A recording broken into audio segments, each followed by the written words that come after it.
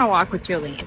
I was having this conversation with one of my patients this week. I wanted to share that information with you. And that is about milestones and delays. When do I actually get worried about milestones and delays? They were 12 months old. They were pulling to stand, but not trying to walk.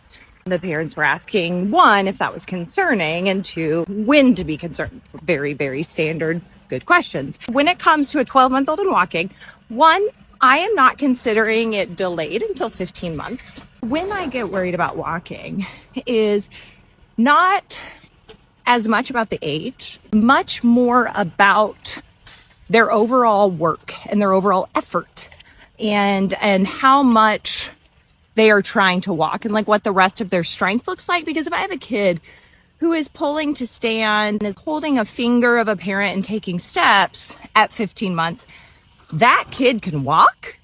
They have the neurological and physical capability. They don't have the confidence. That is not a concern to me. That is like, we can do some PT and get some strategies of walking, but I am not concerned about that kid having like a neurological issue or a muscle issue that would keep them from walking. What I am worried about is just confidence. The other thing to remember with things about milestones as well is like, this was the youngest of 4.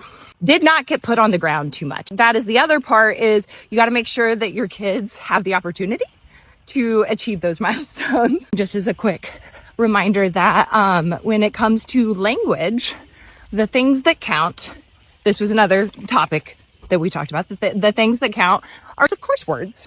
Words also count if they are approximations, like ba for ball or voila for water. If it's a consistent sound, that is an approximation, and that counts.